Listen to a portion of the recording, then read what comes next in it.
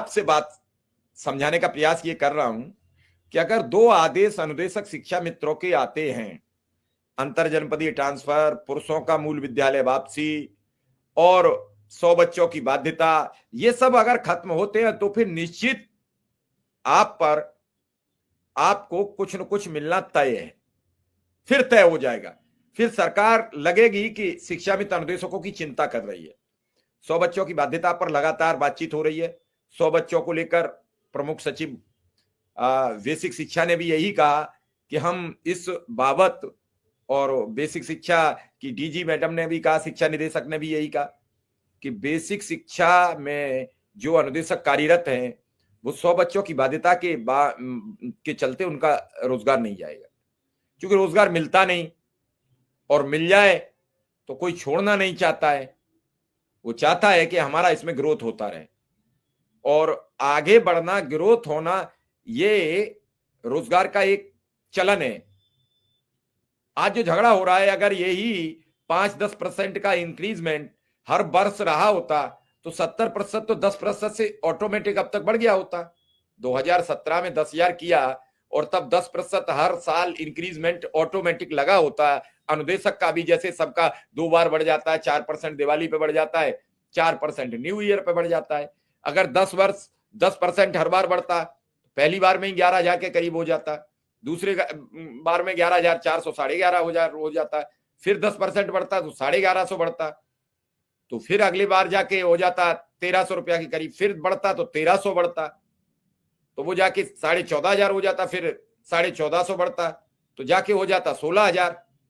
मतलब अब तक 7 वर्ष में 22 से 23,000 रुपया ऑटोमेटिक मानदेय हो जाता, जिससे न शिक्षा मित्र को उतनी दिक्कत आती। अगर 25-30,000 रुपया उसे मिल रहा होता तो लड़ाई हल्की होती, लेकिन 1 रुपया भी नहीं बढ़ रहा है 7 वर्षों में, तो वो परेशान हो गया है।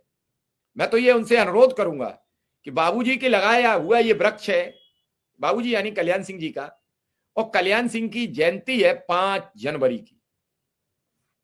उस जयंती पर अपने बाबा को एक सफल श्रद्धांजलि देते हुए माननीय मुख्यमंत्री जी से बात कर ले, योगी आदित्यनाथ जी से, और बाबूजी के जयंती पर एक बड़ा ऐलान करा दें, और इस ऐलान में बोल दें कि अनुदेशक और शिक्षा मित्र की जो पैसे की मांग चली आ रही थी, उस मांग को पूरा कर दिया जाए।